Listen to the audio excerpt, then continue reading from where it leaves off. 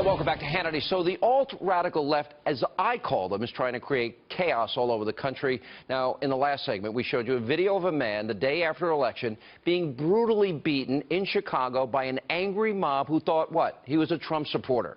Now, instead of condemning his behavior, some members of the alt-radical left are saying this.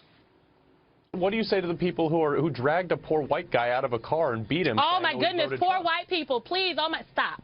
Stop it, Carl. What I say to people that protest is that, first of all, apparently has never been an acceptable... Here with reaction from The Hill, Joe Concha, and from the Washington Times, Fox News contributor Monica Crowley.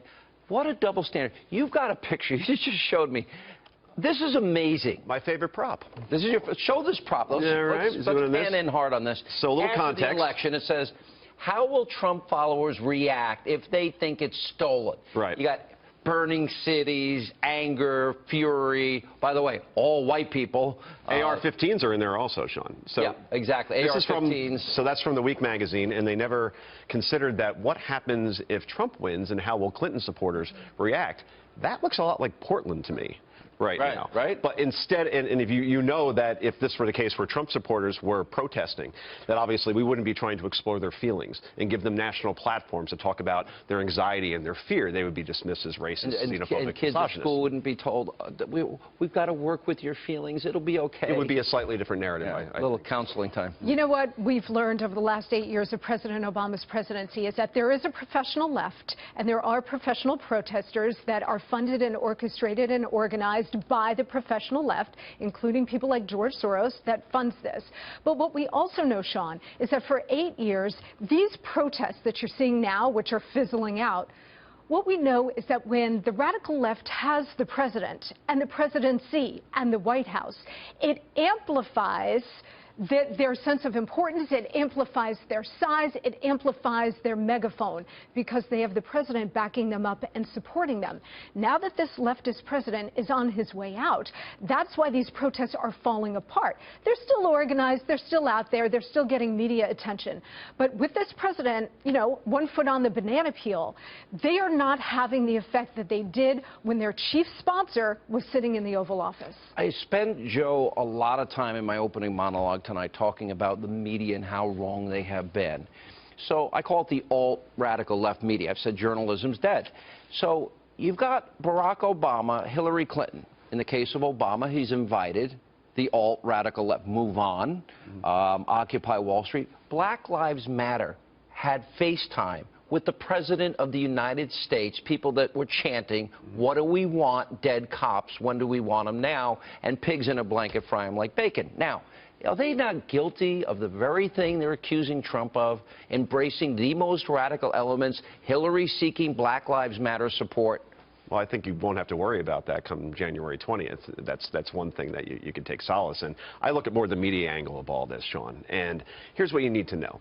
A guy named Reed Wilson, he works for The Hill. He compiled all the major endorsements that Hillary Clinton got. Out of 59 papers, Hillary Clinton got 57 endorsements. Donald Trump, 2. You know what those endorsements got Hillary Clinton? A concession speech.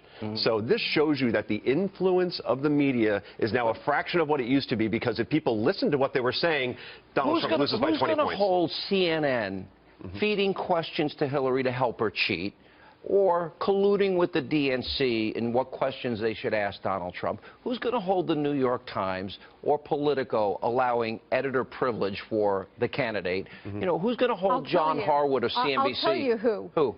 The American consumer, the viewer. They already did? Because if you can see it in the ratings, and when the ratings go down, revenue goes down. So, number one, I think the corporate parents of these organizations should be holding their networks responsible, okay? So it should go further than the chairman of these networks. It should go up to the corporate heads. They should be answering for this.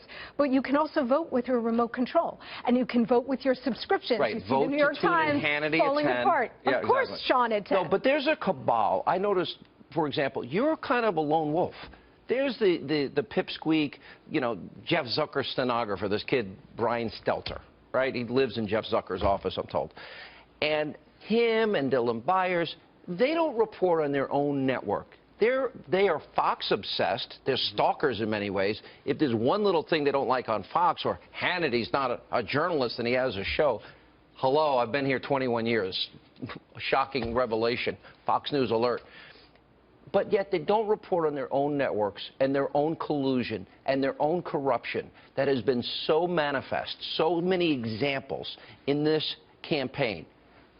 How do we ever trust these people again, or should we never? Well, if you look at trust in media, 6%, Associated Press study in April, 6% of the American public has a high confidence in the media. Is that why you purposely avoid that relationship that exists on Twitter and everything else with the group, the cabal of all the media people? That's a different kind of elite crowd. I repurpose my dinner table when I have parties to play beer pong. All right, I'm a different kind of guy. Look. By the way, me and Monaco fit in great. You know, this isn't just my opinion as far as is there media bias. Yeah. You know, some media reporters, elite media reporters, will say, you know, only some Americans believe that. USA Today poll. This is all you need to know.